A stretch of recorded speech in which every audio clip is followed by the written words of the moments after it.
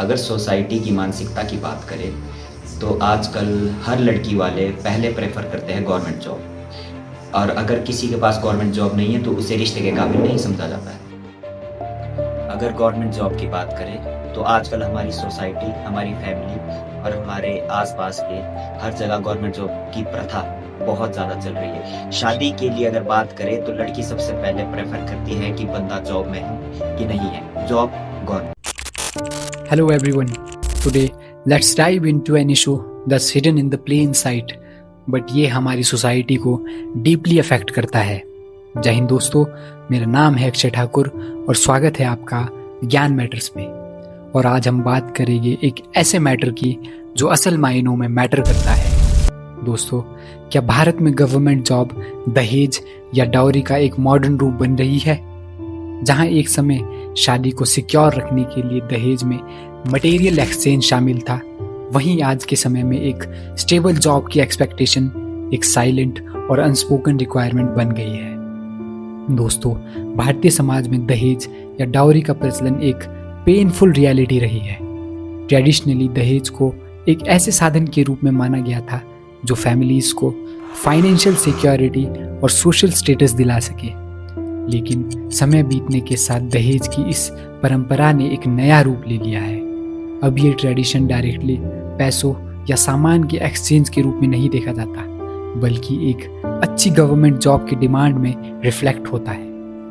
दोस्तों, आज के समय में कई फैमिलीज के लिए शादी के लिए केवल क्वालिटीज और विचार ही मायने नहीं रखते, बल्कि एक स्टेबल हाई पेइंग जॉब या फिर कहे कि गवर्नमेंट या किसी रेप्यूटेड सेक्टर में जॉब एक एसेंशियल क्वालिफिकेशन बन चुकी है।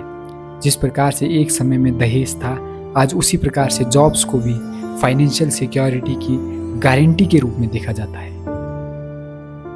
दोस्तों, फैमिली में एक स्टेबल जॉब का होना केवल एक फाइनेंशियल सिक्योरिटी का सवाल नहीं रह गया है, बल्कि ये सोसाइटी में किसी व्यक्ति के स्टेटस को या फिर कहे कि सोशल स्टेटस का सिंबल भी बन गया है।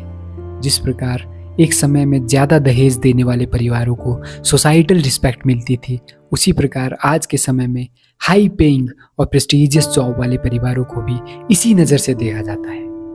It's a new form of modern dowry जो मैरिज डिसीजन को, यहाँ तक कि मैरिजेस को भी प्रभावित कर रही है। यहाँ तक कि अरेंज्ड मैरिजेस के मामलों में भी फैमिलीज एक गुड जॉब की एक्सपेक्टेशंस के साथ ही बातचीत को आगे बढ़ाते हैं। In fact, if someone holds a government और प्रेस्टीजियस जॉब, तो इसे शादी के लिए एक मेजर क्वालिफिकेशन कंसीडर किया जाता है। इससे एक इनडायरेक्ट प्रेशर क्रिएट होता है, जिसमें यूथ्स को न केवल एक संभावित जीवन साथी के रूप में देखा जाता है, बल्कि शादी के लिए एक सिक्योरिटी असेट्स के रूप में भी देखा जाता है। दोस्तों, इंडियन सोसाइटी में यह ट्रेंड धीरे धीरे बढ़ता जा रहा है। Most of the families see a stable job as a critical factor in marriage proposals. Higher education और अच्छे रोजगार के बिना शादी के प्रपोजल्स को ठुकरा दिया जाता है, जिससे कि इनडायरेक्टली उन व्यक्तियों पर फाइनेंशियल बर्डन बढ़ जाता है। So here is the real question. Is this trend of job expectations for marriage healthy?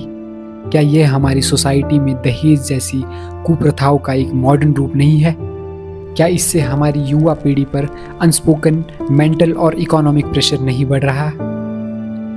दोस्तों, शायद समय आ गया है कि हम इन सोसाइटल स्टैंडर्ड्स पर पुनः विचार करें, और इन पर विचार करने की ज़रूरत भी है।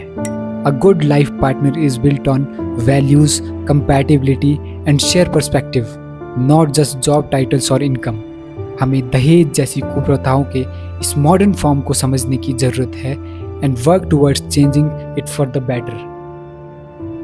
दोस्तों, if this video gave you something to think about, don't forget to like and subscribe. Together, let's start conversation that matters the most.